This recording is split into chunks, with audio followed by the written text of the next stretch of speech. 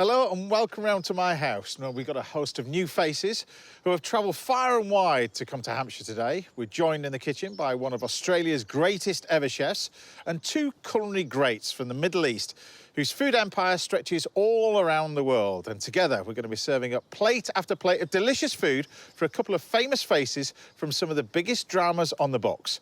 So what are we doing out here? Let's get inside and let's get cooking.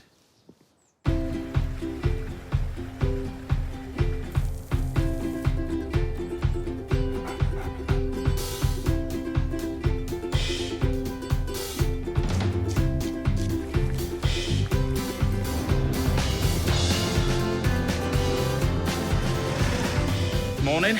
Are you coming in then?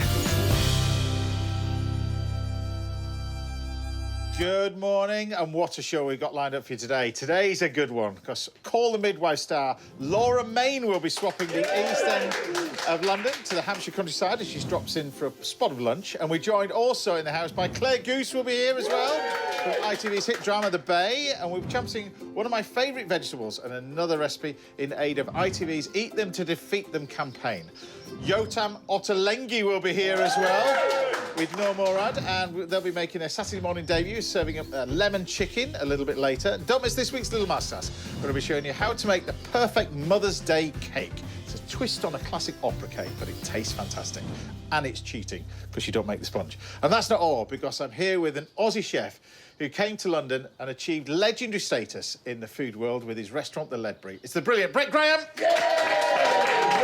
Welcome to the house, Brett. Thank you. Now, we've met at several things, but we never had you here. We've got you at last, anyway. Well, first of all, congratulations on everything you've done. You reopened the Ledbury. Yep. It became a gastronomic hotspot, then. Yeah. And then you COVID, you sort of shut it down, and because it wasn't ever going to work with in terms of the business how it was running really in the COVID land. Yeah. And then you've reopened it. Yeah, a year ago, last Friday. Yeah. And so you're celebrating all manner of the produce we have in this country. I know you're a big fan, and we're going to talk about that a little bit later as well. You got into farming as well. Why on earth do you want to get into that? I don't know. Exactly. But what dish are you going to be cooking for us then? So we're going to be cooking some Japanese sikadir. Right. We're going to be cooking part of the rack, and then we're going to also use the tongue and the cheek. Right. So you're using everything, sort of almost nose to tail. Yeah. Which is great as well. And then we're going to use some mushrooms that we've grown at the Ledbury in the mushroom cabinet downstairs. Of course you have. Yes. That's what we're going to be doing. But there you go. But I thought we'd kick things off today with scallops. And I'm going to do this two ways. This is perfect for Mother's Day, but we're going to introduce you to where these scallops come from in a second. But we're going to do sort of two variants of scallops, one of which is cooked, the other one is ceviche. So first of all, what I'm going to do with the cooked one, really, is get the butter on. So I'm just going to use some normal unsalted butter, and we want sort of a chunk of butter that we've got in here. And then I'm going to use some hazelnuts and keep the flavours nice and simple. I think with scallops, I don't know about yourself, you must use masses of the scallops as well, but we're just going to take these, a little bit of hazelnuts, you can use almonds as well, just chop these up with some lemon and some parsley, and I don't think it really needs anything else for this, and we're just going to grill them in the shells as well. So now you can see in front of me, we've got a range of different scallops over here as well. So this is when we first started this off. I know you've got into farming as well. When we first started this off was back in COVID land. It was celebrating all the amazing producers we have in this country. And being an ex-sort of farmer and pig farmer myself, you really appreciate, and I know you do now because you got into it, how difficult it is to produce and farm and get the food to our table. Yeah, I mean, producers are so undervalued in this country, well, lots of countries, but you know, it's the commitment they make to looking after the animals, the husbandry that they have to, you know, be there every day, morning, afternoon, and night. And it's not just on the land, but in the sea as well, because I know you're fascinated about where we're about to go to now, but we're about to head down to Brixham in Devon to speak to Fraser Pugh from the Hand-Picked Scallop Company, because I'm going to use some of this. First of all, Fraser, what a fantastic day. Welcome to the show. Hey, guys. Now, how you doing? Now, what a job you've got. What an amazing job. How did your love affair with scallop, do you call it scallop fishing? How do you call it? How did your love affair with this first start? Well, I kind of fell into it. I never knew that you could dive for scallops. I'd spent 4 years teaching diving around Australasia and came back to England and sort of stumbled across an advert for a scallop diver. I got 4 days work on a dive boat and figured I'd go at it for myself. So that's how it happened. That was 7 years ago. So no fishing experience as such. You were a diver, How did it all begin then? Do you just go out and buy a boat, or did you just? How did it all start? Did you know where the scallops were? How did it all work? No, I was like a blind baby going into it. Really, I built my own boat, my first boat, and I didn't know where or how to find a scallop, so I just bounce dived my way down the coastline until I finally found them.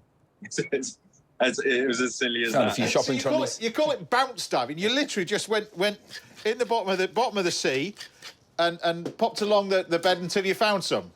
So yeah, we refer to it as bounce diving because you just bounce. So you go down, you hit the bottom, you have a quick look around, no good, you come back up, you go a bit further, you go down, because it's too difficult. You can't really cover much ground swimming. So yeah, it was about 6 months of bounce diving down the coastline until I found my first sort of commercial bed, and it all went from there. Well, I've got some amazing scallops in front of me over here. We're just going to pop these in the wood-fired oven as well. You can pop this in at home about 180 degrees, 200 degrees for about sort of 6 to 8 minutes. They're going to cook just gently in there as well. We've got a selection of the scallops that we got in here. Now, tell us about the way yours is different, because obviously you've got two ways to harvest scallops, one of which is dredging, which is horrific for the bottom of the riverbed and for scallops in general. Yours are very different, but how do you go about doing it? Do you have to do it in rotation?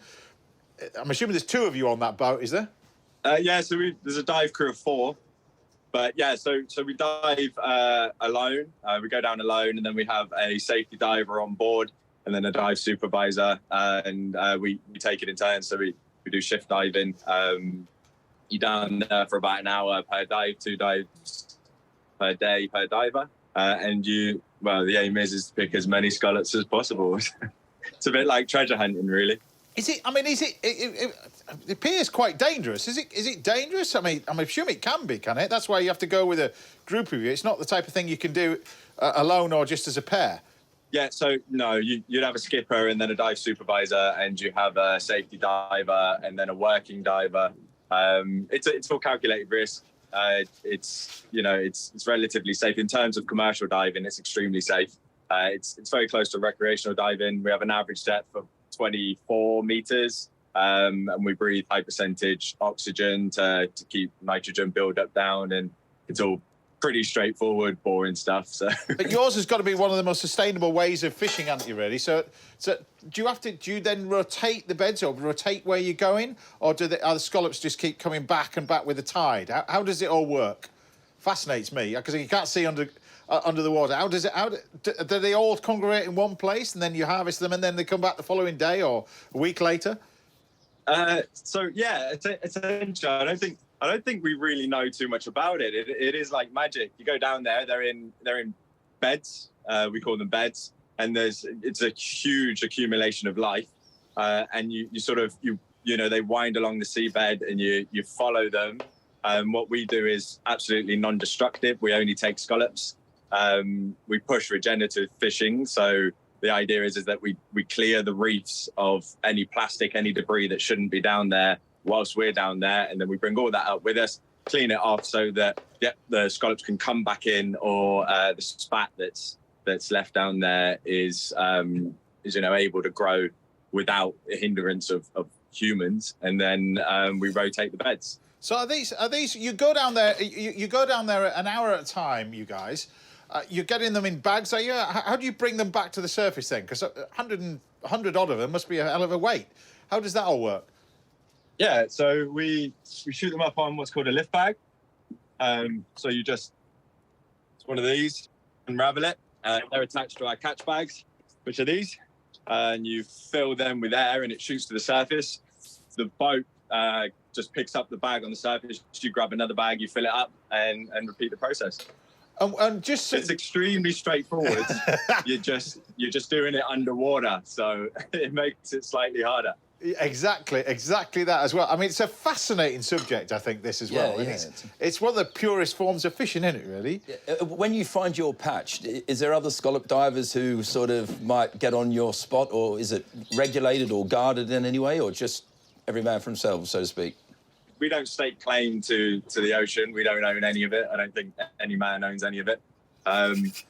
but there's not many scallop divers around. We dive in marine protected areas, so you're not allowed to dredge in there because they have sort of habitat that's really important. And so, you know, there's not many people. There's not many people out here doing what we do. It's you know, we generally find ourselves alone at sea most of the time. And whereabouts are you? Because you're bobbing around. You look as if you're quite a way out. How deep do you go, and whereabouts? How far do you go out for these scallops? I'm assuming not too far out. Whereabouts are you, geography-wise? We're generally about a mile offshore, and the maximum depth we'll do is sort of 24, 26 meters.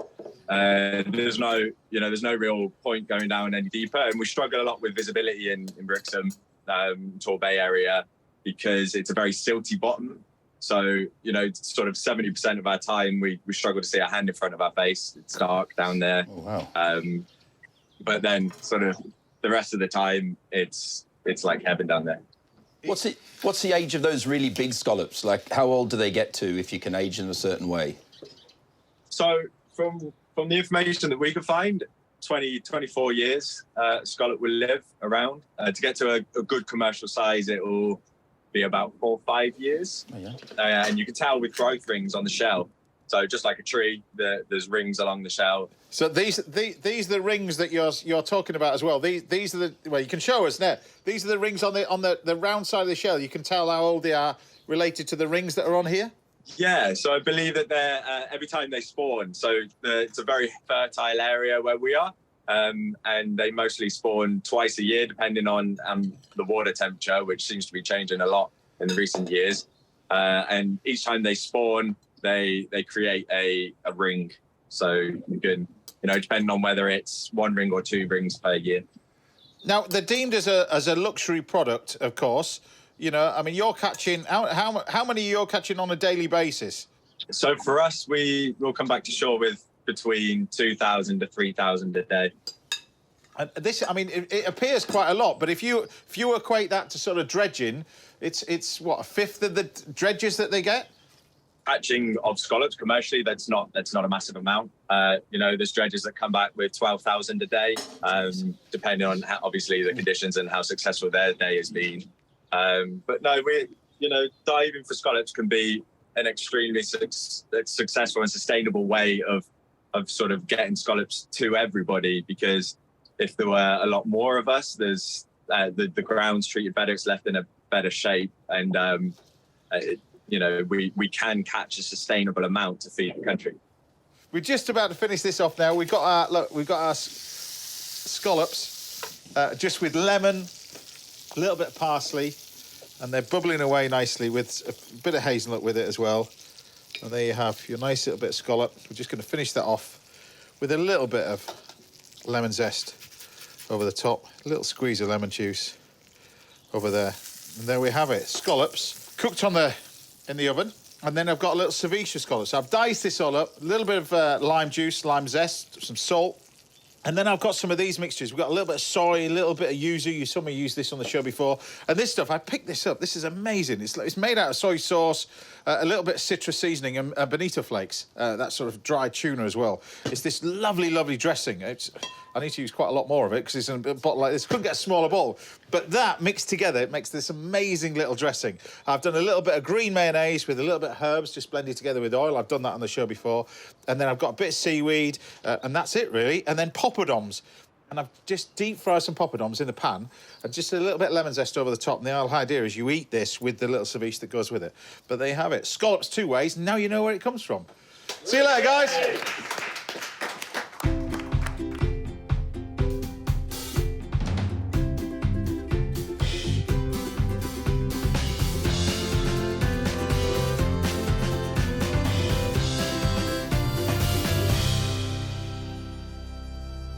Right, bon appetit, boss. Thank you. I feel under pressure cooking for you, to be honest with you.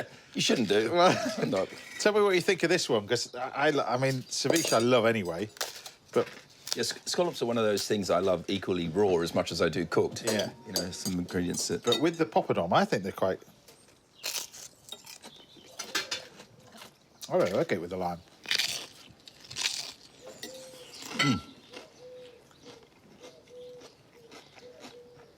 delicious. Happy?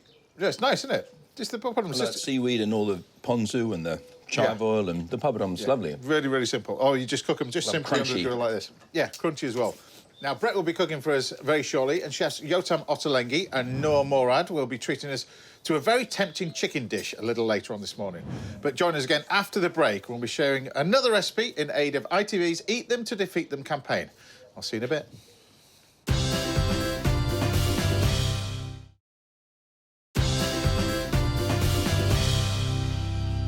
Welcome back. Now, we've got genius chef Brett Graham. We'll be showcasing his kitchen skills very shortly, and I'll be making an amazing dish of haddock, mash, clams and samphire for Call The Midwife star Laura Main in just a bit. But before that, I thought I'd take a look at some of the amazing dishes you've been cooking at home, and I knew this one would come up as well. First up, we've got to say a big well done goes to Maria Keedy, who tried making Brian Turner's amazing lamb cobbler recipe. It looks delicious there. Next, we've had a photograph from Carrie Weston, who served up this mouth-watering plate of surf and turf. Carrie, that looks just brilliant. Next, we've got a photograph from Miles Kitchen, who's been hard at work smoking his very own kippers.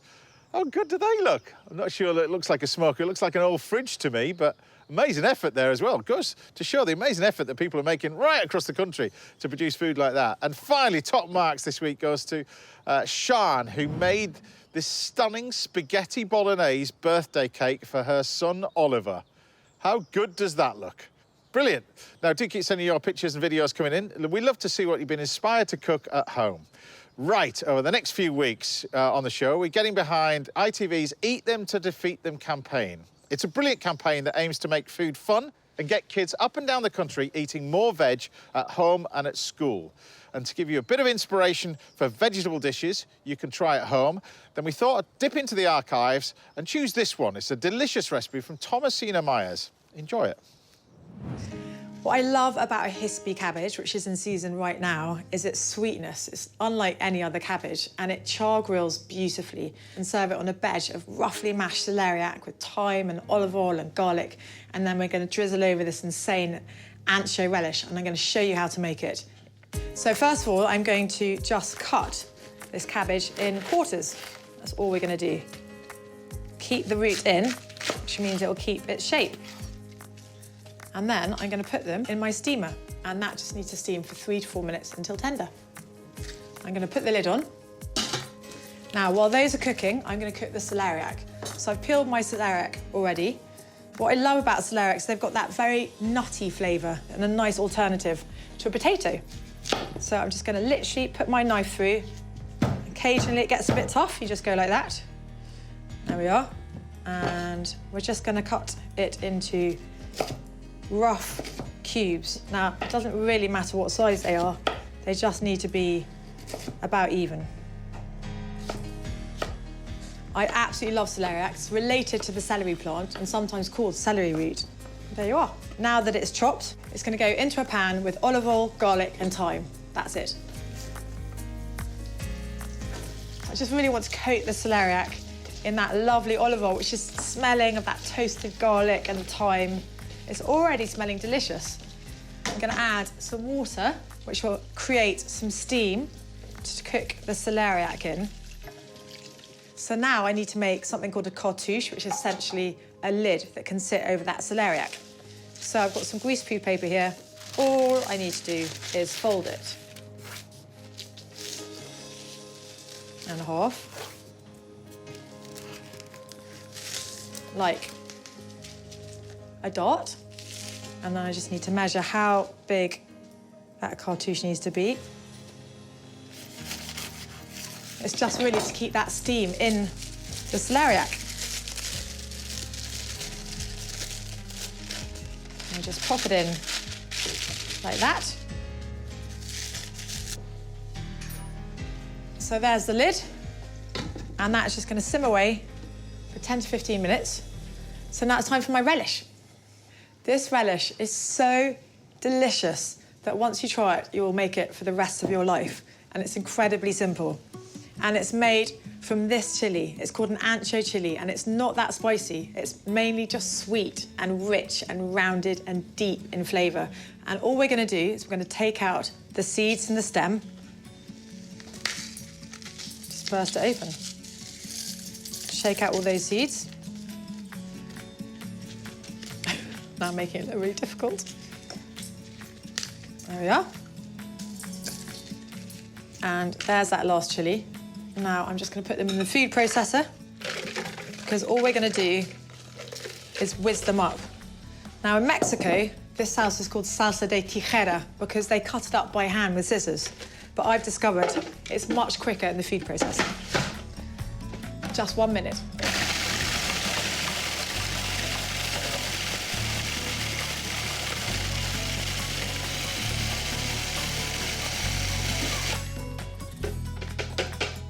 That's it, that's done. And they are lovely chunks and flakes, and I'm gonna add them to a bowl. And look at that lovely, rich red colour. And then I'm gonna add some finely chopped shallots, about 3 banana ones is all that is, but very, very finely chopped it has to be. Garlic, about 3 or 4 fat cloves. And then some vinegar, some red wine vinegar, which will give you all that lovely rich flavour to complement the chilli, and olive oil. Lots of olive oil. This is a relish. It's going to macerate for a week in the fridge. And that's it. Some salt.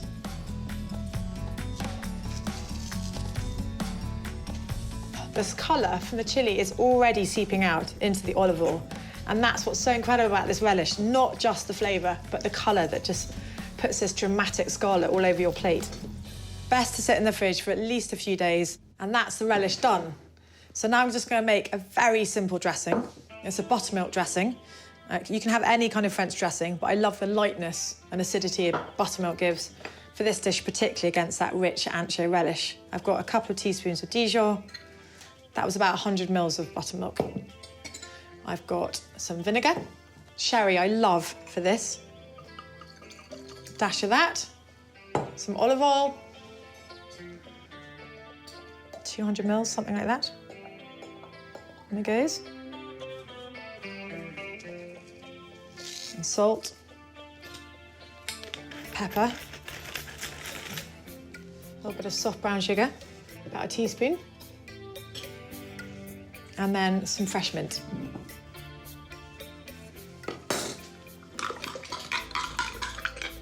Give it a quick stir. And now for my veg. Olive oil, which I'm just going to drizzle on, which will help with the grilling. And I'm just going to toss them around a bit and then place them on the char grill. And they'll take about 5 minutes to colour. And then the last one, and I'm just going to season with a pinch of salt. And while they're grilling, I'll check the mash. And now to my celeriac, which should be done. And now I'm just going to roughly mash it in all its cooking juices. This is a lovely rough mash, but it's rich with olive oil and thyme and garlic. It's just delicious. So that's ready. My cabbage is nearly ready. We're ready to plate up. So I've got this glorious, really rough, but silky, delicious celeriac mash. There we are. And then a hispy cabbage, char grilled. Gorgeous. There we are. And here's my buttermilk dressing, which adds a lovely lightness and acidity to that celeriac mash.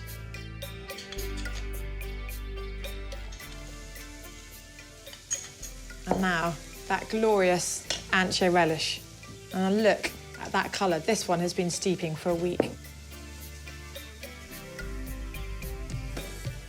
And then lots of fresh herbs. I've got tarragon and parsley. Tarragon because it tastes just like the herbs in Mexico. And there we have it, my char-grilled hispy cabbage with celeriac mash and ancho relish. Entirely meat-free, but incredibly delicious.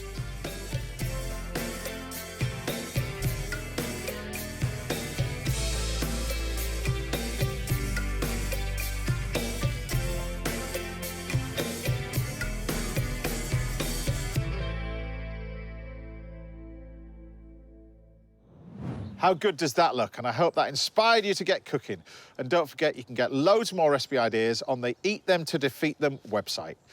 Now, still to come this morning, we've got amazing dishes on the way from Chef Brett Graham, and I'll be giving you a Mother's Day masterclass in an opera-style cake. And I'll see you back here in a few minutes where we're chatting to Call the Midwife star Laura Main over a plate of haddock, mash and sunfire. I'll see you in a bit.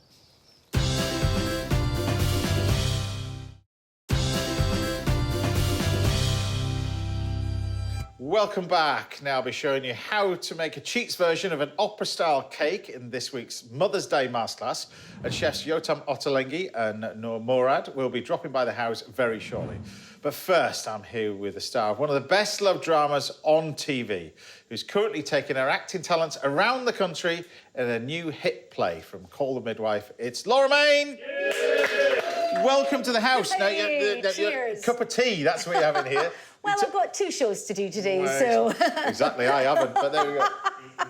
just a bit of light. Exactly. So I'm gonna cook for you a little fish dish because interesting enough, when I was reading about you, you've had an amazing career, by the way. Congratulations on your career. It's fantastic. Oh, thanks. It seems to be going okay at the minute. But from Scotland, but one of your parents had an association with this. Yeah, it was the family business. My dad was a fish merchant. So it's like generations back. But yeah, his parents had a fish business. Him and his brother sort of took it on, and So you were brought up with it then, were you? Very much so, yes. Yeah. Yes, well, I mean, I could remember summer summer evenings, he'd have to light the fires for the kippers late at night. So sometimes we'd go in the lorry back down and do that, or at the weekend we'd light the fires with him. So where's the? I was just going to cook the clams and bits piece in this first of all to make the sauce with the haddock as well. Where does the fascination for acting come from? Was that a release from a childhood? Where does because I'm looking at your history of it. Where does that originate from? Yeah, it sort of stumbled into it in a way. My mum found these sort of. The local council, Aberdeen Council, were putting on classes for kids, in the summer holidays. I must have been at a bit of a loose end, and she'd say, "Oh, what we'll get up to?" And so it was like you could sing, dance, art, music, act. It was a bit of everything. Yeah. But that's where I met a dancing teacher called Karen Berry. And it was through her that before I knew it, I was doing amateur dramatics, or if there was a professional thing came to town, she'd say, "What about Laura audition?" type thing. And so it was all really through her, and it was just the actual experience of, doing a bit of everything and being on the stage and doing characters. That was what I loved, and that's the sort of. She had lots of dancers that go off to professional dance college, but I was the one that So was what going to got go you to down drama school. from London from Scotland to London then? Was that the allure of the West End, or what got you down? It was definitely theatre. That was what I had my eye on. Go down to London and go to drama school and see what happens. But it's give it a go. notoriously. I mean, TV. You've had success in TV. Amazing success as well. Amazing gig to get. But you say amazing break, but acting, I always think. It's quite brutal doing that West End sort of thing. The rejection side of it as well. You've got to get used to that kind of. Whereas. Some people walk into it and it works for them, but other people, you're just trying and trying and trying and trying. Oh, yeah. And I had a great start out of drama school. I was doing, like, the RSC, and I was doing, Juliet and Romeo and Juliet at the Regent's Park Open Air Theatre. So I was, like, kind of having a great start. And then I think my agent was maybe trying to, blame the agent. She was sort of pushing me more in a sort of TV direction, I guess, at that point. I was just like...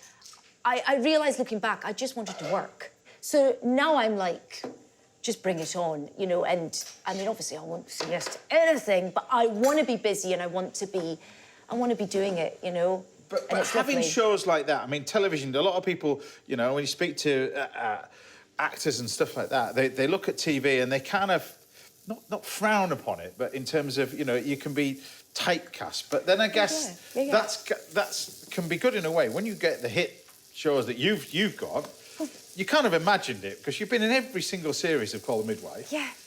Did you imagine that when you did you get that feeling when you first walked in? Or? When I first got the job, I having done 2 series of a TV programme before, I did Murder City, 2004-5, and that was wonderful because it was TV experience, which you don't get at drama school, and I hadn't had any of that growing up. So it was a great TV experience, but, you know, it didn't change my life, you know? Yet you would see these occasional programmes that would come along and you'd think, gosh, that's a game changer for people. So when I got Call The Midwife, I certainly didn't think this is a game changer, you know?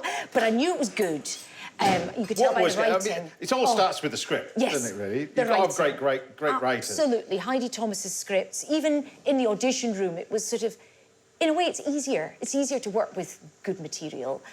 Also, you're working with brilliant directors. And being on set and that penny dropping, like, gosh, this is a Sunday night period drama I think I'm on, you know. Because there was TV first as well. You know, there's a lot of TV first in that show as well. There was this feeling like, gosh, will this be a success? Who's going to watch this?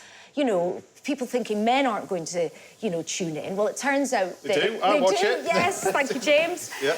Yeah, and of course, I think there's that feeling of if sometimes people like to follow a formula, and actually what I think the public sometimes wants is something new and refreshing. And here you had a heap of women, a heap of different women of different ages. So for a lot of reasons, you know, and then having birth on screen as well, you know, we haven't seen it, you know, it's always just sort of happened very quickly, and instead it's the And it's clever writing because it doesn't just, it's not all based on one character. You share the workload. It's very much an ensemble drama. I mean, I guess it certainly wasn't that at the beginning because it was the Jennifer Worth memoirs. But you got to, you know, as you say, I've done it from the beginning, and there's a few of us that are still there. Helen George, Judy Parfitt, Jenny Agutter, Stephen McGann and Cliff Parisi. So you've got a nice mix of, you know, a core kind of originals, and then the young folk, you know, and the guest artists as well. Oh, that's great. That's great. Well, I can see you've got your eye on this food over here. So I've got the clams, which I'm cooking away nicely. I've got the sauce reducing away. I haven't wasted any of the liquor from the haddock as well. I'm just pan frying the haddock in a little bit of butter. The sauce I've made out of the bones from the haddock, so I haven't wasted any of it. The juice from the clams, I'm reducing it down with some fennel, a little bit of shallot. That's going to get reduced down. I'm going to add some cream to that, finish that off. And then the clams, I'm just basically just going to open these all up, and then we're going to put those back in with the samphire and everything else that's all going to go in. And it'll all start to come together with a little bit of mashed potatoes. It's all some of your favourite foods all on one plate. Now, I do love it. Obviously, we're going to talk more about Call The Midwife as well, but what I want to talk about is what you're up to now, because... Yes. You know, you fell in love with that sort of theatre. Yeah. Now you're going back into it. Tell us about the play, really. Yes. Name it, first of all, because people will remember it, really. They'll remember it. Steel Magnolias. Yeah. So, yeah, a bit of a cult classic film, you know, 1989, I think it came out. I didn't realise that, you know, the names that were involved. Oh, my in goodness. It as well. Yes. So you had a young Julia Roberts, Dolly Parton, Shirley MacLaine. I'm playing the Sally Field part. Right. And it's over 4 scenes that's over about 2 years in these people's lives. And it starts with the wedding day of Shelby. And, yeah, it's this close-knit community. And unlike the movie has all the extra characters that are only mentioned. You know, we mention our kids and her husbands and what have you. Yeah. But it's 6 women in one small space, you know, as when you get a lot of women together, you know, they get chatting. So it's interesting in that respect and different to the movie, but it still keeps the essence. Do you get the freedom to make the character your own on that kind of stuff? Or I often think with things like that, the theatre, it can't be so heavily scripted you can't remember everything, but do you get the ability to sort of each night not go off-piste a little bit, but I guess you can, because that makes it interesting for all of you. Well, yeah, you know, it's very much, you do the words in the script, but I guess how you approach each line can slightly differ each night, you know, and of course how you're fed the line by somebody will sort of keep it live and fresh. So, yeah, I think that's important when you're doing something again and again. But look, we just got a nice little bit of fish. This is this amazing little bit of haddock. Mashed potato. Just warm this up. And this is where we just keep it simple. Really nice mashed potato, creamy mashed potato. That's going to go on there. And then over here, I've got the little sauce. A little bit of lemon over the fish. And then we assemble everything up. So a little bit of the samphire over there. A little bit of the leftover bits of fennel. bits and pieces. Oh, I love fennel. Take our nice little bit of fish, sits on there, and then the sauce just goes around it. And this is the clams, most of which I've taken out of the shell, but they go all over here. And there we have it. Switch everything off. Dish number one, done. Easy as that.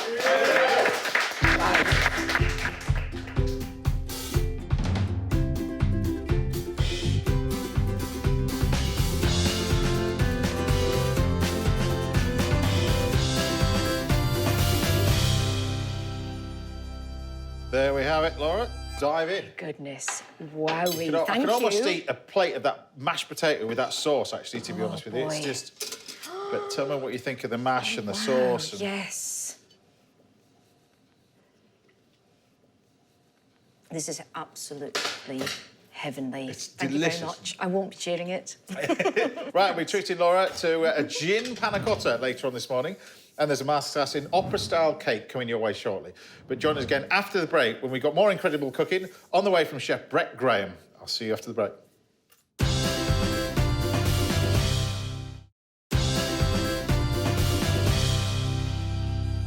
Welcome back. Now we're doing a little masterclass a touch later and showing you how to make the perfect style opera cake. But I'm also joined today by Claire Goose from the Bay. We'll be cooking for you a little bit later, but you're here because this gentleman is here. It's because he's originally a chef from Newcastle in Australia before moving to London, before opening the world-renowned restaurant, The Ledbury. It's the brilliant Mr. Brett Graham. Yeah. Great to have in the house. Now, I'm going to wax lyrical about your food because anybody is anybody that wears a chef jacket, the respect that I have for you. Thank you. No, you just bring an element of respect to any kitchen. What are you going to be doing then? Because this is quite something new that you've been doing in lockdown as well, particularly with the meat side. What are you going to be doing? So we're going to be cooking deer, venison, deer, Japanese sika in this case, and we're going to cook the cheeks, the tongue, and the rack. Right, OK. So, and then we talk about all this sort of stuff that you're going to be doing in a second. Tell us about what you've got in here, different varieties of deer. Yeah, so on this actual plate is two different varieties. So we've got the Japanese sika. Yeah. And during the season, we sell lots of deer, so we use all different varieties. So we can use muntjac, roe deer, red deer, and Chinese water deer as well. Yeah. So as the season moves around, really seasonal ingredient. And this time of year, Japanese female sika deer, absolutely delicious and so sustainable venison, and we should be eating more of it. I think people look at it as a sort of like, oh, I see them when I go for a walk, or it's not looked as a thing you eat around Christmas, but you can eat it all year round. Really, there's tens of thousands, hundreds of thousands of them around. Yeah. Anyway, so what do you? I know you want to get this cooking first of all, so I'll get the pan on for you, which we'll get that on there. So I'm going to put a little bit of salt and pepper on the cheeks and the rack in the pan there like that. Let's get Turn that up a bit. Yeah. Okay. So there's the tongue. Yeah. The tongue has been poached here. Yeah. And then we've peeled some here. How long will you poach that for then? You just put it in just water with aromats? That's... Yeah, water, lots of aromats, lots of some coriander seeds, some black pepper, all those sort of things. Yeah. And then let it cool down, peel it and let them cool down, and then we cut them into little pieces like that. And these ones you got over here, do you want me to... You can skewer a couple of them on for me, because we're going to cook them on the barbecue. What are these sticks? Because these didn't look like random sticks you get. What are these sticks? No, they're just like little skewers that I found somewhere. And these are licorice sticks, which are really nice. You can cook on the licorice stick if you want, and chew it afterwards. Love it, absolutely nice love little it. flavour. So where do you get your aspiration of food from? Because, you know, your food is unique. Where does that come from? Yeah, is that your childhood? Where was that? Your travels or what? No, I think when I came to England, I was just fascinated by the countryside. And then as sort of time went along, you know, just looking at different ways of cooking Slightly things. smaller than the stuff in the countryside than you do in Australia, then. yeah. And probably shot a bit nicely. But yeah, it's trying, and we're trying to, as years go by, so there's only so many beef fillets you cook in the early days, like 20 years ago. And as we progress along, we're looking for, OK, what are different interesting cuts and different animals and different experiences we can give our guests. So you've got the cheeks, Yeah, that's a stock I've made with venison bones and beef bones and reduced it right down. All the aromats that are in there already in the vegetables. So that'll take about 2 hours, but a bit like you're cooking beef chips, same sort of idea. Yeah.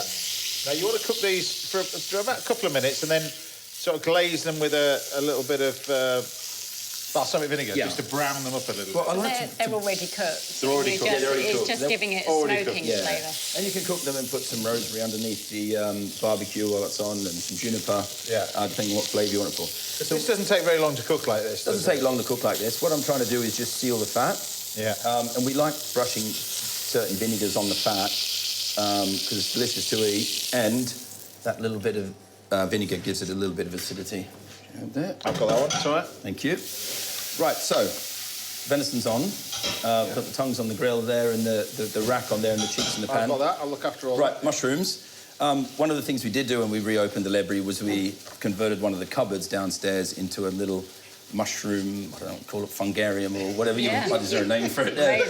That's extraordinary. And so we do about 15 or 20 blocks a week, and customers can come to the restaurant, and on occasion, we've got enough of them, we'll take customers down and they can pick their own mushrooms, and we'll cook them for them for additional. Bit like pick your own lobster and then cook that. Yeah. So tell us about the Ledbury then, because you want Claire to sort of pick Do you want some me of to the do- other You ones. can How many of those do you pick want? 4 or 5 nice Namikos. Tell us about they're Namikos. The Ledbury. Because it has become a sort of gastronomic hotspot. Yeah. How did you end up with it? Because you came to London. Yeah. How do you end up at there? Because you were quite young at the time. Yeah, I was 25, I think, when we agreed. 23, 24 when we agreed to open the library. It was tough. Business was really hard, 3 or 4 years. It was really tough. I remember in the early days, doing less than 2 or 3 customers for lunchtimes and, presuming it's going to fail. Yeah. And then I remember sort of like just one day thinking, oh, we've got 10 people booked now for lunch beforehand. We've got 15 people booked for lunch, and it just grew. Well, you're up now. It's impossible to get in. It's hard enough. But And there was a time, like I think in about 2015, 16, 17, when we had got 2 stars and we were open 7 days a week. So it was a machine of a business to run. Yeah. And I just found that going from not being busy and worrying if the business would last I found that amazing. right. So what have you got in here then? These are Hen of the Woods mushrooms. These ones I haven't grown at the restaurant, but it's a lovely mushroom that I like to incorporate on this dish. So I've taken a little bit of seaweed kombu water and a little bit of soy and a little bit of vinegar. Yeah. And then I'm brushing this little bit of the tongue with the balsamic beautiful. that we've got on here. Yeah. And you can pop that in that low oven. Colouring nicely. And so then we're going to hit these ones first. Get a bit What's the reason for putting it on that after you've actually cooked it? Is it just the smoky, does it give it a smoky flavour? Yeah, it just moistens them. So rather than putting oil on them, you keep putting the marinade on it. It's going to steam it, steam down a and little sort of bit. char at the same time. So Right. we've warmed that up. So Yeah. there's the koji cream there. And then I've made this little emulsion here. I Right. did this off screen, but I've cooked some potatoes. I steamed them overnight, actually, in the oil. And then I blend it, so it's a bit like a sort of potato... So it's a thicker, warm isn't it? potato Yeah. mayonnaise Wow. sort of thing. So Right. I'll go on the side. What's the finish off the sauce then? What is this like? OK, so to finish off the sauce, to go with the venison, we're going to take a bit of the juice off the cheeks. I'll pop that in the pan to Yeah. warm up as well. Look at the colour of that. OK, and then we're going to put a little bit of smoked bone marrow in there, and then a couple of little green peppercorns, and a bit of the juice. Right, so we can start plating up now, I think. Yeah, we're about there ready. So this is another... So the only other person that warms the plates up on the show is Mr. Brian Turner. Is he? Yeah, the only other person that warms plates Is up that on me the and Brian Turner? You and Brian Turner, so you're in good company. That's what Warm my- food, yeah. warm plates. My mum says that. She gets really annoyed if you have a cold plate. She's not getting annoyed at this. No. So while you're plating up like that, we're just going to taste a little bit of the charcuterie, because this is charcoal that you're serving it on. Yeah, some failed charcoal. Now, just taste this. I had a little taste of this. Just taste that. It just melts in your So mouth. glad Right, I'm not I know you getting- want to serve this, so Right, let's go, come I'm on. going to stand back and watch this bit. If You that's can all get some. You can get the. What can you I'll get? get the out there? mushrooms as bits You and get the pieces. mushrooms and the tongues and all Yeah, I'll those go bits with and that. pieces. Right. So I've got the koji cream there. So we're going to take that little warm potato mayonnaise on there. Potato emulsion. Okay, then I've dried. This is just some dried mushrooms on top from any little mushrooms or little stalks. Is this one of the dishes you do in the restaurant? Yeah, we normally just do a plate of mushrooms, really, Do you? depending on what we've got in the little cabinet or what's in season. But I thought it would be nice to combine the two of them. Okay, going to put a piece of the tongue Isn't it fantastic to On see? the licorice dip. I mean, it's art, isn't it? So we've got one there like that. Okay. Okay, a little cheek. I'll get a spoon there. And how long you say you've cooked that for? The cheeks. In there? Oh, they take a couple of hours. A bit like you cooking beef cheeks or a part of a beef stew. You know, not just till they're tender. You just pierce them with a little cake skewer, and off they go. Right. So here's the sea cup. That's perfectly cooked. Let's see. Let's see. That's perfectly cooked. Look at that! Okay. So yeah, let's have a look. I was getting a bit nervous then, to be brutally honest with you. So was I. It's beautiful. So, Look at The that. juice off that. Wow. Okay. A tiny little bit of pepper. So this sika, where's it from? Japan, or what does it originate? Originally Japanese sika, Right. and there's different subspecies from Manchuria or Formosan, and they were come to Ireland about 100 years ago. And I guess like lots of things in this country, they've gone to zoos, escaped, and made babies in the wild, and that's how we have them. So this actual one's from Wareham. Wareham via Japan. Yeah. Right. Yeah. Okay. So we've got some of this koji cream, and then I just like to put this on the mushrooms. Okay, on the hen of the woods. And then got a bit of sorrel on there. And there we go, Japanese sika deer with the mushrooms from the cabinet. So give us, I mean, this is just, I mean, just look at it. All I'm going to say is just, yeah. Brett Graham, everybody.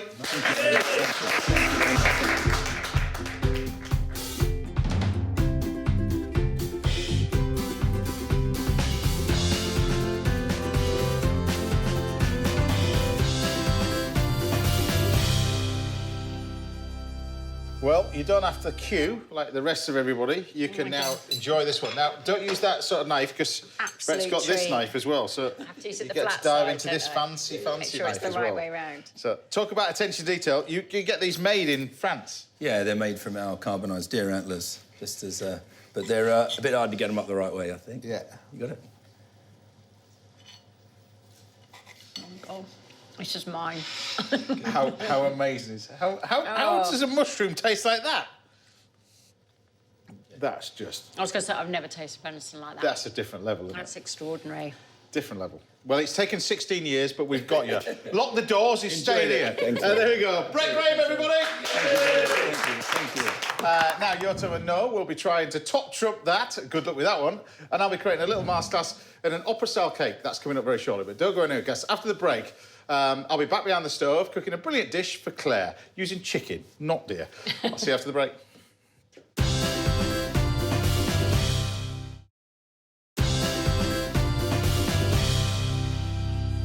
Welcome back. Now I'll be teaching you all the techniques you need to create a stunning opera-style cake in this week's Little Masterclass. But first, I'm here with a woman who made a name on some of the biggest dramas on British TV and can be now seen in the new series of The Bay right here on ITV Winner. It's, of course, Claire Goose! Now, first of all, Ching Ching, welcome to the house. Thank you. Because it's been a long time since I've seen you on a cookery show. Yes, but it must be at least 13 years. It was definitely pre-children, and my oldest Pre-children, is 13 years ago. And the reason why you're here is twofold. We're here to talk about the Bay, but we're here to learn a new chicken dish. Yes, please. 'Cause- Because the last time I saw you, you cooked an amazing chicken chasseur, which my husband now recreates and has done Yes. many a time. So it's become a staple in It's our basically household. your friends asked me for you to come on because they're sick of tasting it, to be honest with you. Yeah. But anyway, so we do a chicken scallop, little Milanese style. Okay. So you've had veal and Milanese and all Yeah, that kind of lovely. shit. It's really, really simple, but it's super, super tasty. So the first thing we do with the chicken, take the skin off the chicken, like that. And so often, if you buy good quality chicken, you get the fillet underneath. You see that? They get that in a bit. Sometimes they take that away and then sell it for stir fries and bits and pieces. So if you don't want to bash this out into a flat, really thinner scallop, you can create what we call a paillard. And a paillard is you take the fat end there to the thin end and take your knife and slice that through and open it out so it like a little parcel. So that's kind of like a heart shape, really. So I'll show you again, like that. So you're cutting it. Keep this fillet the on as fillet, well. yeah. But you're cutting it right from the top to the thick end like that. And is that just to make it cook quicker? It or- cooks quicker, But so often with this, you can pan fry it and then put filling in. Yeah. So you can stuff it and fold it over if you wanted to, but a lot of the time you could just pan fry it like that, and it just obviously cooks quicker, but it just opens it all out. And then the sort of pane bit is flour, beaten egg, and breadcrumbs. That classic sort of combination. So a little bit of beaten egg, a little bit of seasoned flour, and I'm using some panko crumbs, which are a type of breadcrumb. So they're dried crumb, and they're shaved rather than a normal breadcrumb, which is just blended and dried as well. We use that quite a lot at home. There's a bit of katsu curry that gets... Is there? All right, well, this quite is a lot of it's actually quite similar. This is kind of similar, really. You've got in the katsu curry to go with it as well, but that's kind of start, really. But we're going to turn this into an amazing little salad to go with it. So first of all, I want to say congratulations. What a career, really. For a career that you didn't think was going to go your way in terms of television and bits and pieces, not done bad. Not done bad, no, I've been very lucky. But it's quite interesting when you look at your career, really. But it was music your first love, particularly. I didn't know about this piano playing. Yeah, like as a kid it was, yeah. But do you keep that up? Is it? I still play, yeah, I do still play. I think one of the first things I did when my grandpa died, he left all of us grandchildren a bit of money, and with that money I bought a full-size weighted keyboard, because I knew I was going to be renting in London, and of course you go from house to house to house, and I couldn't actually get a piano. And I've still got the same one. So, yeah, I still play. I play more classical than anything, really.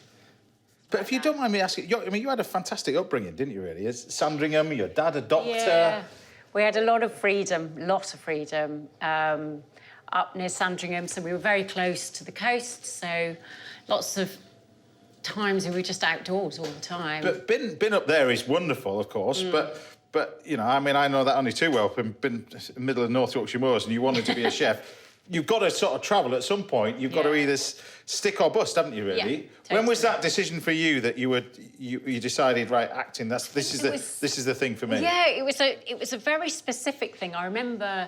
I think maybe like you, when you grow up somewhere quite rural, you don't sort of see things that might present themselves as possibilities to you because you haven't seen anyone else around you do that. So I wasn't really aware that you could do that as a profession, but I love watching telly.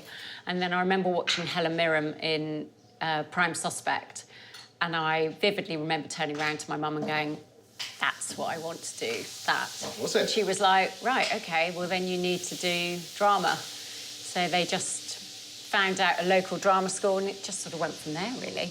No, but then, you know, going on from that, you had a fascinating career in terms of going through, not the mill in terms of television, but the bill. Yeah. You were in EastEnders, were you, for a little bit? So I was in that for just a couple of episodes, but I remember just briefly before that, it was right at the start of my career where I was going up for things and I just kept getting down to the last two. And so I remember going for Casualty and actually saying to the producer, lovely woman, Sally Haynes, who's still a really good friend now, that in the audition I remember saying, oh, you know, I just keep getting down to the last two. I said, I just hope it will break. And I remember her looking me in the eye and just going, it will. And I was like, what does that mean? What does that mean? But you're also leaving stuff like that. I often think, you know, leave something, so you see you've got the nice bit of colour that's happening over here. But to leave something like that and to almost walk into another hit. Well, that was chance. So I said to the producers of Casualty, I wanted to do 3 years and go. So, and I had nothing to go on to. Right. And then I think it was maybe a couple of weeks after I'd finished, I was asked to go and read for the pilot of Waking the Dead with Trevor Reeve and Sue Johnston, and I just said, oh yeah, I'll go and read that. Anyway, we shot the pilot, and at the end of the pilot, my character Mel was actually meant to die, and they just loved what we were all doing as a team of the 5 of us. They rewrote it, and they kept me alive. And then killed me 4 years later. They killed you off, yeah. Actually, to be fair, I did ask that. And they were like, really, really, do we have to kill you off? I was like, yeah, go on, just do it. But tell us about what you're doing now, then, because I'm just gonna take this. I've got a little bit of fennel over here. I'm just putting it in ice cold water. You want to get one of these sort of little mandolins? Now, yeah, we have got one. Unfortunately, my husband sort of got an aversion to it. He was doing that probably with a potato or something and manage to Well, sever. you'll do it once, but it's You a won't bit... do it again. No, it's a bit like when falling off a bike. You've got to get back on it and Yeah. just crack on and keep That's going. amazing. But yeah, don't give it up. But like that. So tell us about the Bay then, because you know this is it was a show that was already established. Yeah. You know, to walk into that, and that must have been quite an interesting thing, but a good thing for you, I suppose, was it? It was amazing. Dara Cavell, who wrote it, came up with this character, and of course the Bay is quite it's for people who don't watch it, it's Well, give us a story of it, because well, Marsha Thompson is now the sort of lead detective female. She's lovely, and so she's an FLO, so she's a family liaison officer, and so when someone dies or is murdered or whatever happens, she goes in and she supports the family and she liaises between them and the police. So that's kind of the main premise. But within that, you see Marsha's character's home life. And she is now with my ex-husband. She has children, so they've got a blended family. And I have a daughter with my ex-husband, and she also lives with them. But my character still has a key to the house. She's just constantly letting herself in and just... She's just an amazing character, a lot of fun. She's one of those people who's just very energetic. She's the sort of parent who wants to be the fun parent. So Chris is very much doing what she probably needs, whereas her mum sort of bunks her off school and takes her to a spa day, you know, that sort of thing. So... And I suppose the characters like that, with you having that storyline that can come in and out of work and into sort of your private life as well, you can work with the writers and build your character, can't you, really? That's the great thing about it. And also, I mean, Marsha and Barry, who play my ex-husband and Jen, they just are such lovely, and both of them do quite a lot of theatre. And you can just tell in terms of rehearsal, it's very sort of fluid, and it's quite exciting then when you work with different people, because that's not always the case on telly. Sometimes it's very you're quite constrained by time, so... Now, obviously, Laura's delving into television with Call The Midwife and theatre as well. Is that what you want to be doing, or is that balance that you want to do? I love the balance. I mean, I suppose with a family now, you've got a couple of kids now. It's difficult soon to make, isn't it? Yeah. Really? I mean, last year was busy, so I did a play at Nottingham Playhouse, so I was away for that. Then I was away doing The Bay, which was in Morecambe and Manchester. So, yeah, last year was busy. And how fantastic is Morecambe? I keep saying it is an amazing place. I'd never been. I was so excited. I wasn't initially, I don't think I was meant to go up there. I was just meant to be in Manchester. So I was very excited when they said, oh, you've got a couple of days in Morecambe. It is a great place. But look, you've got your nice piece of chicken that can go on there. That's your chicken escallop.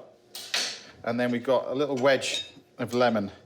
So little tip with the wedge of lemon, because when you're doing dinner parties and got people round, stuff like that, rather than just serve a wedge of lemon like this, if you cut this white bit out there and squeeze it, the lemon doesn't go all over your guest next door. Why is that? It comes out in a little line, rather than squirt out the sides.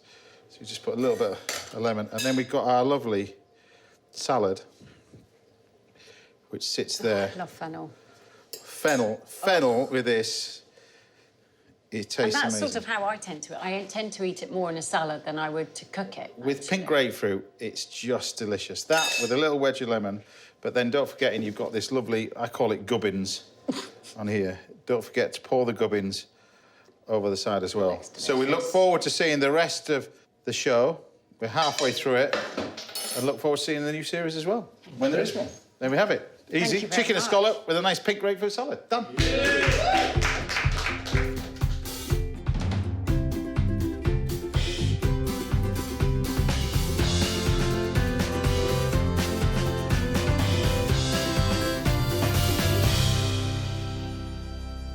Right, bon appetit. Oh, wow. There we Thank you. Dive into that. So with the salad and the chicken and everything else. While you're diving into that, let's take a look at the new series. Have a look at this. Oh, no, I haven't missed it, have I? Right, well, where were you? Oh, there were a drinks thing at work. Sarah's leaving too. I lost track of time. At least that's my excuse. These things are so boring, aren't they? It's just Erin was worried. But you don't mind, do you? No, of course not. I know what all the teachers are going to say anyway. She's brilliant, she's a star, A+ all round. Chip off the old block, aren't you, love? Erin, will you look after Maddie for a minute? I don't need looking after. Why is everyone thinking he's looking after? Go and find your brother. We're going home. I'll meet you in the car. Yeah, no worries. Come on. Jackie, Erin's going through a lot at the moment. Oh, she's fine. She's just a teenager. I were the same at her age. I were a right tear away, and look at me now. Yeah, even so. Sorry to interrupt you there, but are you giving me parenting lessons? There you go. Right, how's your chicken? My God, that is amazing. That is so soft. Well, I think this helps a little bit of it. I can taste a bit of butter. The butter helps, but the key to that is not overcook it. Make sure it's cooked, fundamentally, but not overcook it. But how tasty is it? It's salt, pepper, breadcrumbs. So my thing. But if you did that, I know you were saying about the katsu curry. If you did it exactly the same way, but katsu curry over the top, because so often with the katsu curry they deep fry the chicken, and it's not. Yes, they do. No. And you don't have to. No. Do that. No, just do it in a pack of Do butter. that. Yeah, but taste is massively different with the grapefruit and everything else. There we have it. There you go. That is amazing. There you go. So I'll see you in a decade's time when you get bored of that recipe as well. Yeah, lovely. Thanks. I'll come back for another one. There we go. Claire Goose, everybody. Right, top chefs, Yottam Ottolenghi, Noor Murad. We'll be taking over the kitchens very shortly. But I'll see you back after the break for an unmissable masterclass that's perfect for Mother's Day. See you in a bit.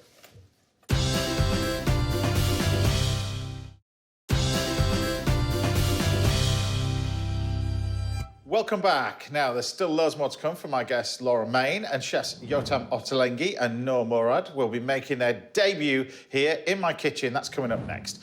But first, it's time for this week's little masterclass. And it says Mother's Day tomorrow. I thought I'd show you a recipe that's going to impress anybody's mum. It's my opera-style cake.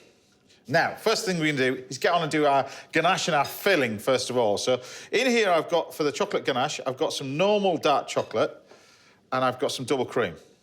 That's going to go in there.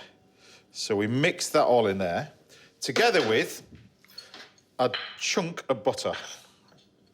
So you want a little bit of butter. That's going to go in there. And that's just going to melt nicely in here to create our nice little ganache. I've just got it over a pan of hot water, like that. It's called a little bain-marie to keep it nice and warm. We don't want that too hot. Then what I'm going to do for our filling, I've got some double cream over here. And then this is where we're going to make two different types of filling, one of which is going to be coffee, and the other one is an almond liqueur. Now, the base of a classic opera is actually almond cake, but we're not going to do that. We're just going to go to a shop and buy our chocolate cake and buy our plain, normal sponge cake. Until I've gone to a shop and bought this, because this is not mine. But we're going to open this out, and I'm going to make this cake using the 2 bits of bought-in sponge, which you can show you how you can easily do it. It's fantastic, this. So once you got to that stage, we can then take a serrated knife, and what we want to do is we want to slice this in thin layers. Now, this is where you really got to take your time with this, pick whichever side you want. Do this one first, and then pop your knife in and slice this. When you're trying to slice it into a perfect circle, what I tend to do is cut it about 1/3 of the way through and keep rotating the cake. Rather than cut it all the way through like that, because sometimes the slices are a little bit wobbly and they're not straight. If you cut it all the way through like that, and then right at the last minute, you cut through the bottom bit, and that will cut through there. And what we're looking for is sort of layers. So we do it again. Take your time with this. You can see as I'm slicing it through there now. It's now married up to the other side. Last minute, you cut through again. So we can layer this through. Now, you can use all chocolate cake, but the almond bit, the classic almond bit, that's usually with a sponge, it's not going to come from the sponge, it's going to come from the almond liqueur that we got in there. So keep your eye on the cream. This would be at different layers as well. Sometimes you'd have whipped cream in it, together with a little bit of ganache. Sometimes put praline in it, that kind of stuff as you layer it all up. Now, whatever you do, make sure the cream is properly whipped. That's the most important bit with this bit. So once you get to this stage, we're then going to take our half of it, our cream, which is here, put that in there. And then I'm going to put some almond liqueur in this one, a little drizzle in there. No need to put any sugar in there. We're not creating chantilly and stuff like that. We've got enough sweetness anyway with the cake and everything else, with the chocolate, that kind of stuff. That's one bit of the filling. And then this bit, we can take some coffee. And I've just got some strong, strong coffee over here. And we're just going to mix that in and create our coffee. So we've got a coffee and we've got an almond filling bit. That's that. All the while, we can start layering up sort of this sponge. So again, we'll take our other one, cut this. Just take your time when you're doing this. This is the important bit, really, when you're doing this. Now, the good thing about this, though, when you're using 2 cakes, it will actually make 2 sponges. Now, you just got to be careful when you're layering all this through. So just carefully cut it. If any kids watching this, get your parents to do this. But you want it nice and thin. If it's not thin enough, get them to do it again. And then run. And you just layer it all through like that. So that's what you're looking for, just layers and layers and layers as we go. So then what we do, get yourself your little cooling rack over here. Now what you want to do is create a little cartouche first of all. It sounds really complicated, but for a cartouche, it's really simple. You're just basically making a circle out of a square bit of paper. So fold it over, fold it over, fold it over, fold it over. Take yourself a pair of scissors, measure the cake from the inside out. And you want that. And then open this out. This is our little base. Instead of using a cake board, you can use these. So that's that. Then we're going to do, take your sponge, place that on there, like that. And then we then start layering this up. So you want a dollop of the cream. And you go over the top. Now, you're roughly looking at the same thickness layer of cream to sponge. So don't be tempted to put too much on the first few layers. Like this. Take your time. Make sure it's nice and flat. That's that one. And then alternate the sponge. So now we've got a little bit of this one. Now, you can, if you want to, depend on whether Mum likes a drop of the old almond liqueur, sprinkle a little bit more on the sponge, but I don't think it needs it. You just got enough like that. So another one, take another dollop. Do you know what, I'm going to move that off. Mainly because it's annoying me. So, and we're going to layer this all up like this. So take your time when you're doing this. And I say take your time because there are other things important to see around life, and the director will now cut to a shot of pretty things outside. I'll see you in a minute.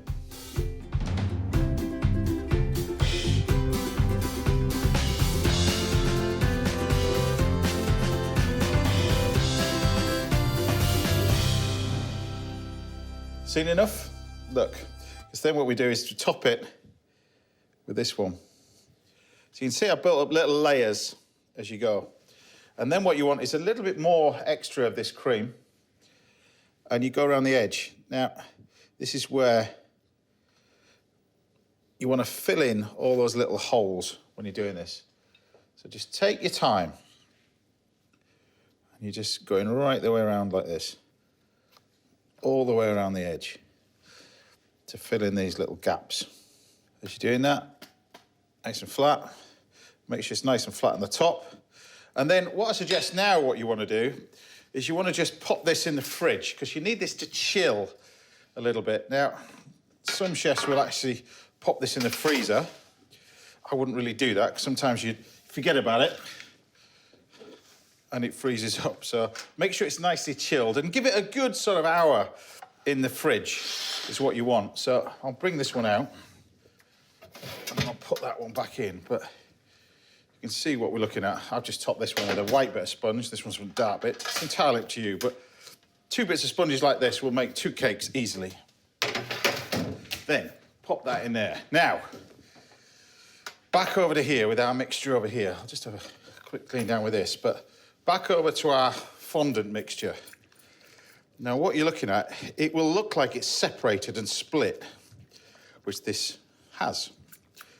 And people panic at this moment in time because you can see the mixture is split. You can see that it's actually falling off the spatula.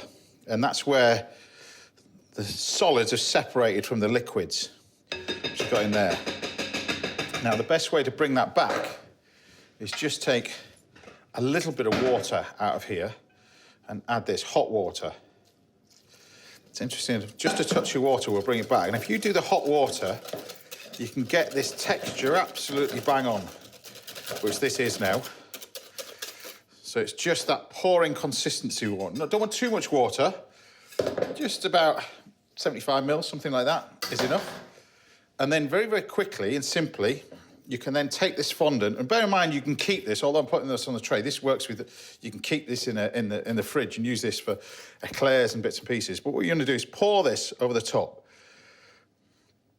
like that, straight over the top. And then, we then just lightly knock it. Not too much.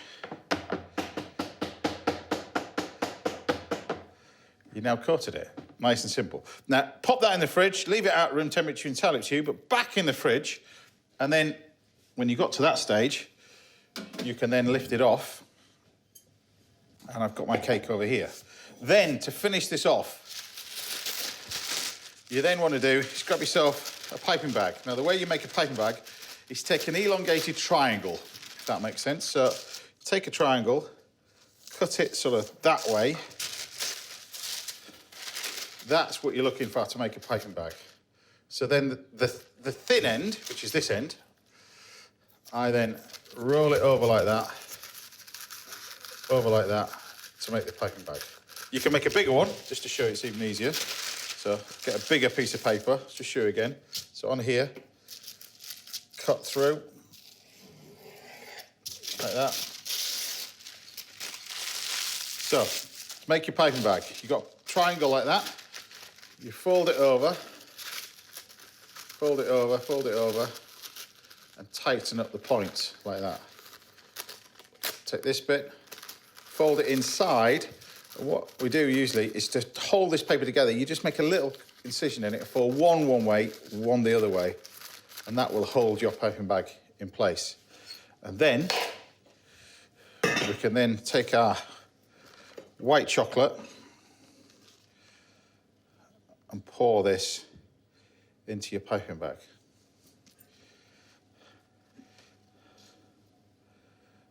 So don't overfill the bag. That's the key to it. Lift it out like that, like that, like that. And you've got your nice little bit of chocolate. And then you pipe.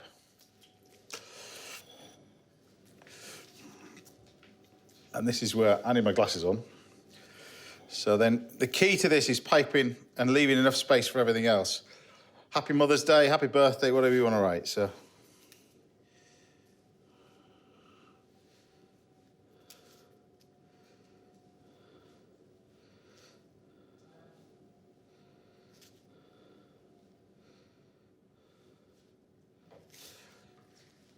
My best advice is leave that there because Dad might have a drink if he's doing this bit, but.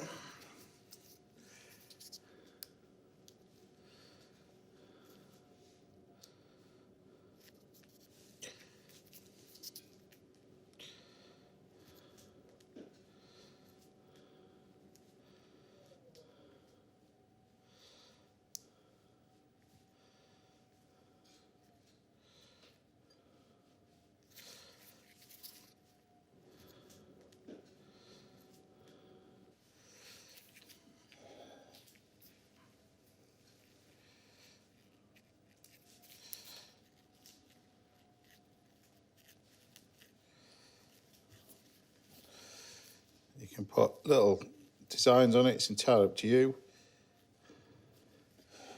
If you want on. And there we have it, my version of a classic opera cake.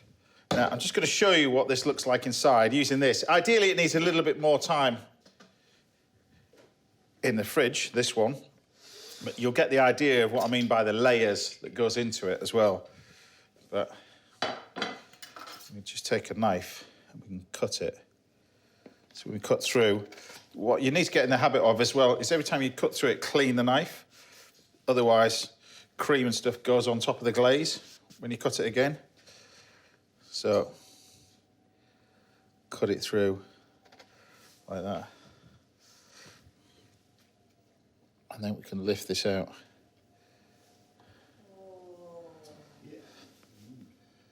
And that's your classic, well, variant of an opera-style cake. You see, they got the layers that are all in there as well, but decorate it however you want. But either way, my best advice, if you are going to do this tomorrow for Mother's Day, is hide the packets. That's the golden rule, but there you have it.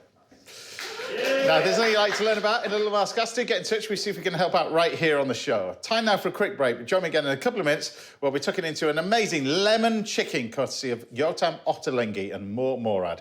I'll see you in a bit.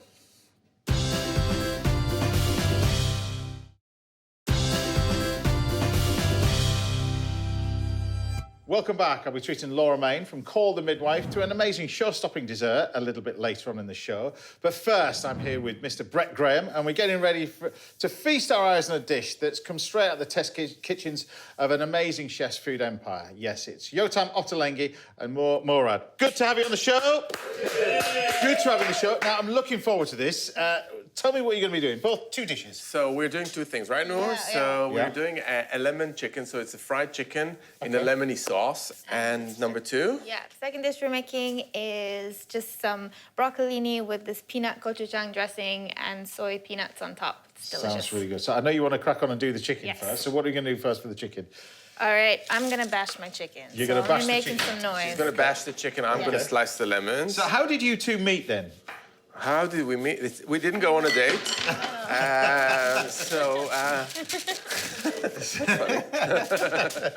So Noor was working in Ottolenghi in Spitalfields in East London. Yeah. And Noor is from Bahrain, right? Yes, yeah, I sent my CV all the way from my kitchen in Bahrain.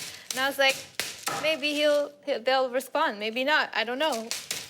And yeah, see what That's happens. how it works. Yeah. I mean, mention your books, because your books, I mean, global sales of your books, America, around the world, you know, huge sales around the world. Yeah. You never have a presence over there in terms of a restaurant and stuff. No, all our restaurants are in London. This year we might grow a bit more, but yeah, it's kind of a moderated growth, but I like it as it is. Yeah.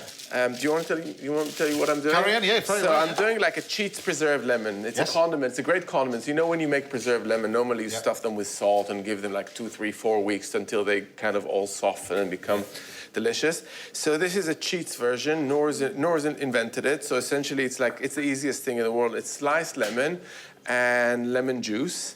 And it's pretty amazing because you put it on the stovetop for a good 15 minutes to kind of cook in its own juices. Once this has been cooking for 15 minutes, I've got here a version of what you get in the end. So these are kind of translucent lemons. I'll just hold one up so you can see. Yeah, show them. There you go. And this is a wonderful thing. So we are celebrating this book called Extra Good Things, which is all about the condiments. It's something that you cook once when you cook the chicken, and you've got it ready for you for next time you cook in the kitchen. So you get a nice jar like this one of this lemony delight. Right. All right? Okay. So, and all I'm going to do is blitz it. Now you talk to Noor. Yeah, right, Nora. So you've got the chicken over here. I'm going to... Chicken over here. Yeah. With some egg whites and... soy sauce and corn flour. It's a Chinese technique called velveting, which really tenderizes the chicken before you fry it. Yeah. And we have these that we marinated a bit earlier. Yeah, I've got the pan on for you. So you've got marinade in there. Yes. And we'll put that onto one side. So I'm just going to blitz those lemons. Yep. So but your food, you use in different techniques. You've got the salted lemons to sort of, food from Asia, all manner of different stuff. Traveling has got to be a love of yours, isn't it? Yeah, so traveling is a love, but also, and I know people don't like to use this word anymore, but I think it's a great word, and that's fusion. Yeah. So we love to combine techniques and methods from different parts of the world and flavor. So you want that even hotter? I can get that really hot for you. I think we're that's now super hot. So you've got the lemon. This is the sauce for the lemon which you've got over here. So while the chicken is frying, we're going to make a reduction of. I've got chicken stock here, which goes into this pan. So good old chicken stock, and the secret ingredient. Thank you. That goes into this reduction is 3 tablespoons roughly of that lemon paste. So this lemon has got this kind of, after having cooked for about 15 minutes, it's got this really intense lemony flavor. Yeah. And that's going to kind of, flavor the whole thing. I'm going to add some turmeric, especially for color, because we want that kind of nice lemony, bright color there as well. And I would have let it reduce for a good 20 minutes. Yeah. Now this is all coming out of the fact that you've got the new book out. Yeah. Tell us about the test kitchen and how that works in. I'm assuming that's the development kitchen for the whole business, is it? Yeah, it is. It's existed for many years. I'd say like the last decade. The test kitchen is just a creative hub of Ottolenghi. So we do all the cookbooks, the Guardian recipes, the New York Times, all the published recipes, and it's just a group of very diverse chefs that kind of come together, work together, brainstorm together. It's like a Willy Wonka's chocolate factory. Because I know testing and retesting. I've known it. Yeah, that is the big thing with you, isn't it, really? This is something we do. Like, I believe that good recipes really need to be tested a million times. Like, I'm not kidding. Yeah. So we spend a lot of time really testing and analyzing, and because essentially we're kind of slaves to the home cook. So, Noor, how are we doing? Yeah, we're good. Very good. So this is just a bit of vegetable oil. So that's just a bit of vegetable oil, and that's fried for really nice color. And now Noor's gonna carefully take that off the heat. I'm gonna get rid of that. And we're gonna replace it with a nicer pan on which we're actually gonna serve the... So I think it's really nice to serve this to the table as it is. Absolutely. Because the sauce is thick and lemony and glossy. Yep. You want it to finish cooking in the sauce. So, and we want to finish it. So I'm just gonna add this reduced thickened sauce. I know it's been thickened by a bit of corn flour, but you don't want it to be gloopy, and it's just a tiny bit of thickness that you want there. And now we're going to kind of put it there and get it to bubble. And once it's done that, we're just going to finish. I'll make it bubble. Please make it bubble for us. It's pretty amazing how, and people love that combination of lemon and chicken. Chicken is just such a wonderful thing. So while we finish off that one, what's the next one? You're going to do broccoli as well with it? So we're going to serve this with broccoli. So I'm going to start by caramelizing some peanuts. So we've got these unsalted blanched peanuts. Yeah. And I'm going to add to them some soy sauce, not too much. That's going to salt them. And I've got some light brown sugar, olive oil, and a bit of water. And it is. You get the feeling when you're looking at your recipes and you're looking at your cookbooks, there's an element of fun with it as well. Yeah. do you know what I mean? You get the element that you can just imagine all you lot are in the kitchen and you're working on different ideas, going, that's not working, do that again, change that. There is an element with all your books, even just this one that we got in here. But we're having great fun in the test kitchen because I think we work with even though we're working for home cooks, when we test recipes or for our restaurants, we never feel like we're obliged to cook in one particular way, like under one tradition. It's like the test kitchen is made out of people that come from all over the world and have very different professional backgrounds. Some are more chefy backgrounds, some are more like home cooking background. And I think that we really benefit from having these two perspectives, because these are very different perspectives. I can just see the ingredients now. You're going to make the dressing for this. Yeah, so run through the dressing for the broccoli. So we're going to start off with peanut butter, which you already know is going to be a winner, because,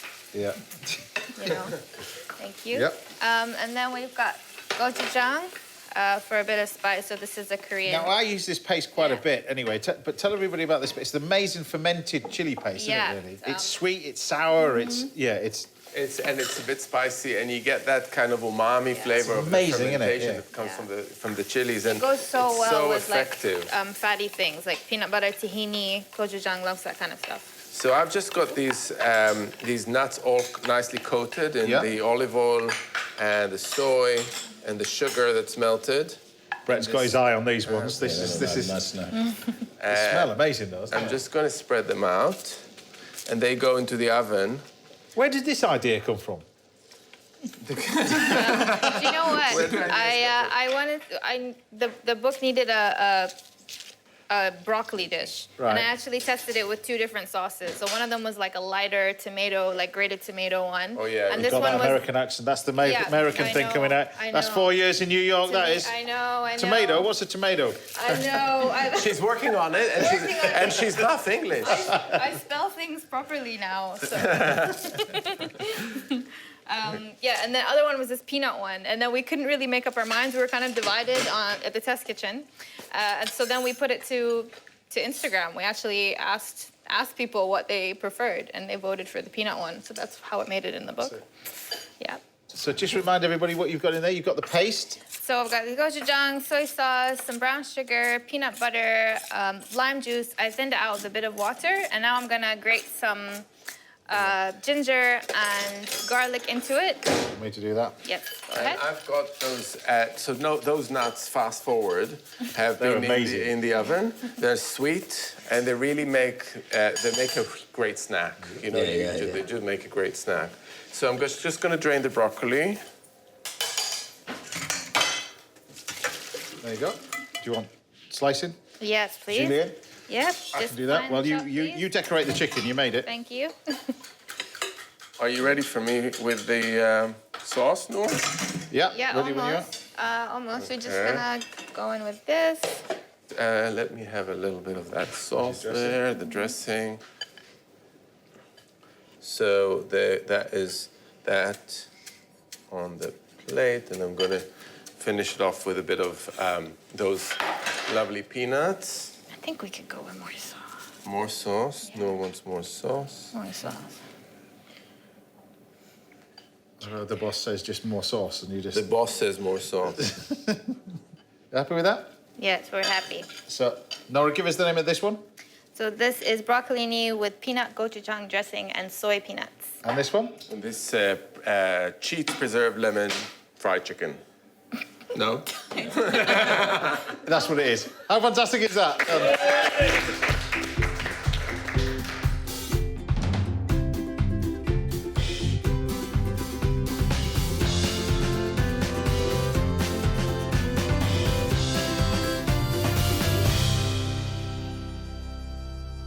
Brett, dive in.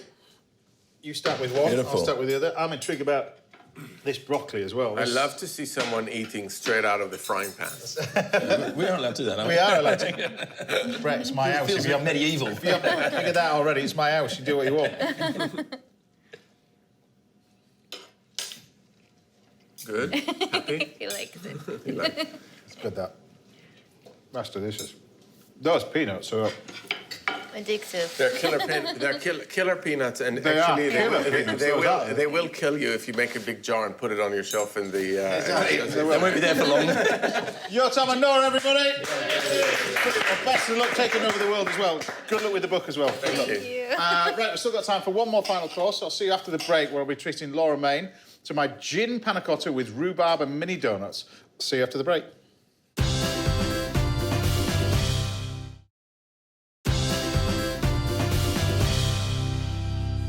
Welcome back, sadly, to the last part of the show, but I'm still in the kitchen with Laura and Brett.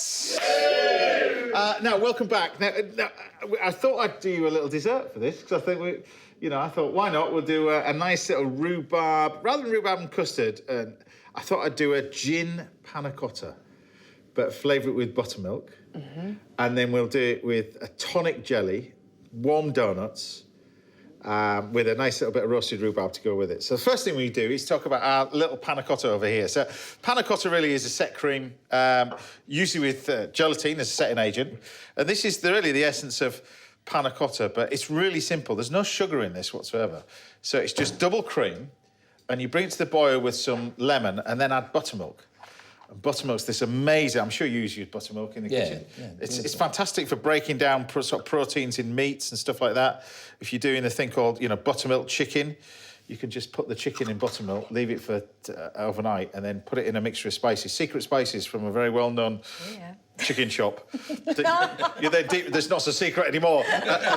But we're going to bring this to the boil, and then I'm going to add the buttermilk that goes in there as well. And then I'm going to mix the rhubarb, and we're going to get that all started. But it's about you, Laura, and about what you're up to at the moment, because we touched on your play as well, and we're going to talk about that in a second, really. But when I get a big script about people, and I was reading about how it all started and how your life all started and where was the change. Really. And it seems to me that so many actors that you speak to that have gone on to do successful things always started off in a similar sort of mould.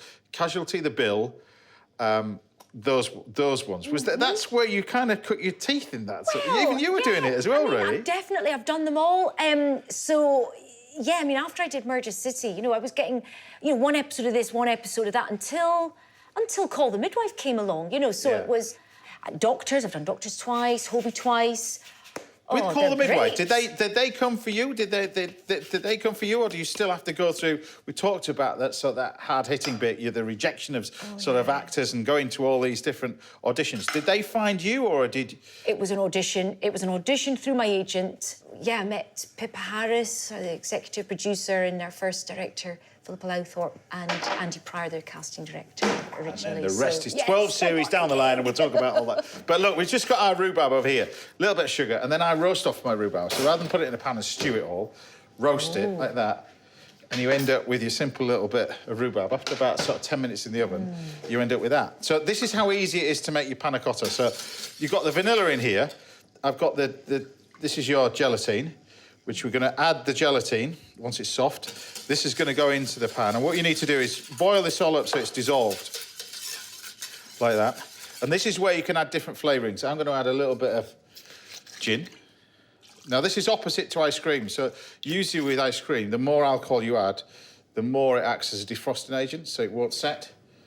So if you're using gelatin, you don't really get that effect. You will do if you're making it with pineapple, because pineapple's got this weird acid. Some enzyme that breaks down gelatin. Weird acid thing. You can't make pineapple set. It's really odd. Right. And you end up making it with agar, and it tastes like rubbish. It's not the same. So in we go with the buttermilk.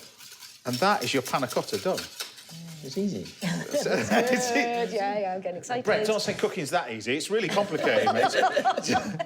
It's very easy to you too. Yeah. No, it's really easy to eat. Might not be. And then we're just going to take our panna cotta and pop it into our moulds like that. I don't suppose you get much time cooking, do you, really, Laura, with everything else you're doing? But I've got to admit. What you do need to do is when you're out on your travels, and you are out on the road, we'll talk about where you're going, you need to go to a DIY shop, in between the two shops, and this gets rid of any bubbles. So if you go over the top, it stops the bubbles forming on your panna cotta. I'll make sure I travel that. And it's easy, exactly. But then we're going to pop this in the fridge, and then I've got one that's been in there. It needs a couple of hours to set, something like that. I'll bring out this jelly as well when I'm in there, but that's your little panna cotta done, right? Rhubarb, I'm just going to blend there as well. But we mentioned, and we touched on earlier, about this amazing play that you're doing at the moment. Because this talk about iconic things to take a hold of. Oh, my goodness. Now, yes. I'm fascinated by this. You didn't actually watch Still Magnolia, did you? When I've got to admit, was that out of preference, or was that you didn't actually watch it? It was a bit of a choice. We had a week off at Christmas time. We were halfway through the rehearsal process, and we'd focused mainly on the first act. So I sort of watched up until what we'd rehearsed, and to me that was enough. I thought, oh, I'm on the right lines, you know, and I probably will go and watch the whole thing, but I also don't want to be, you know, daunted by Sally Field's incredible performance. And this is where you. How am I meant to do that? So this is you can sort of been in your part. Do you have two people playing your part? Because you can dip in and out of it, can't you? So you're doing a run of sort of 3 months, and then. And then someone else will take over, but Right. that cast is yet to be announced. I don't know who's taking over. Because I'm presuming you've got to go back to Call The Midwife. So I'll go back to Call The Midwife. Yeah, we start series 13. Yeah.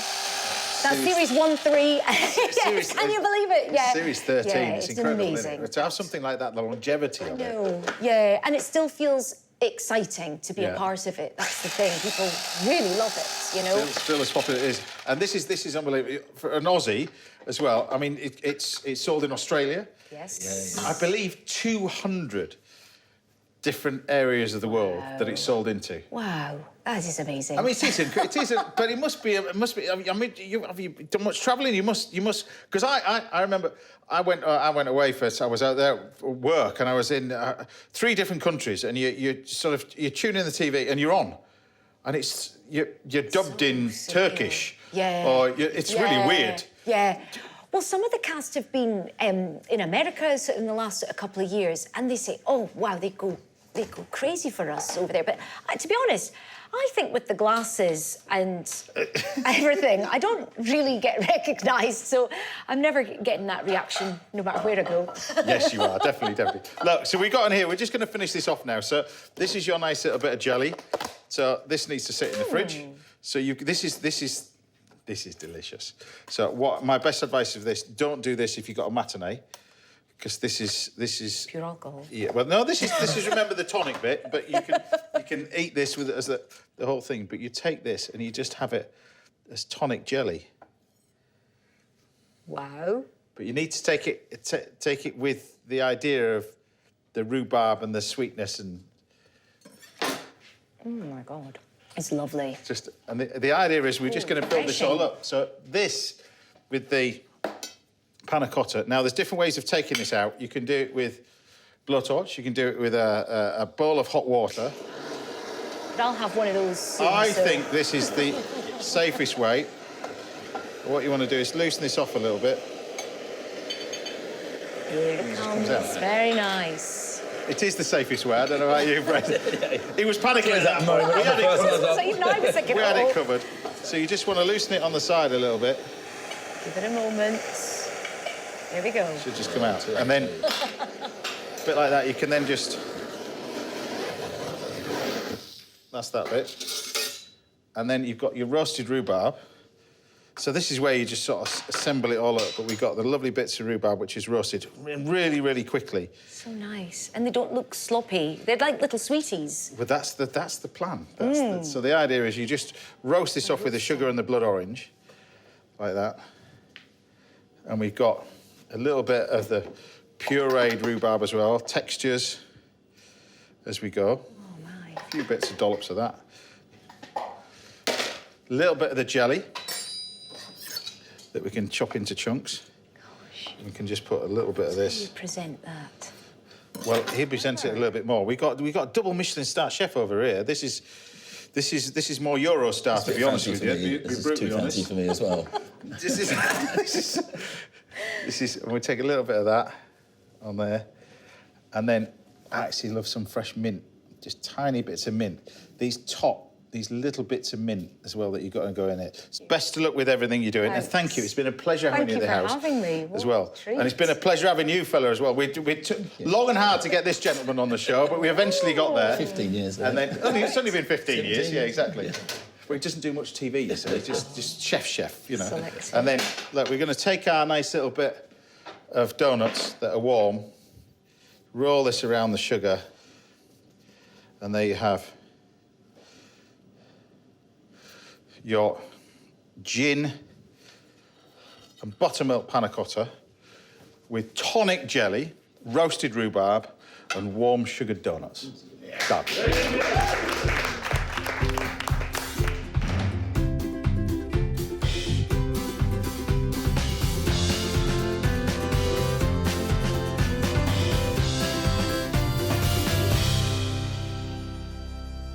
Bon appetit.